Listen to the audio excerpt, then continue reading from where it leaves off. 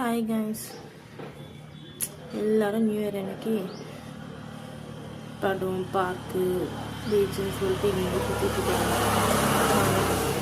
என் நிலமா இருக்குது பாருங்கள். இந்த மாதிரி ஒரு நியூ இயர் நான் எங்கேயும் செலிப்ரேட் பண்ணதே இல்லை.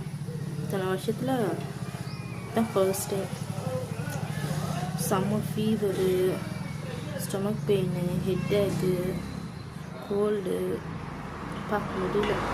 ஹாஸ்பிட்டல் போயிட்டு என்ன சொல்கிறது, எல்லாருக்குமே நியூ இயர்ன்றது இதே மாதிரி சில பேருக்கு சந்தோஷமாக இருக்கும், சில பேருக்கு சுகமாக இருக்கும்.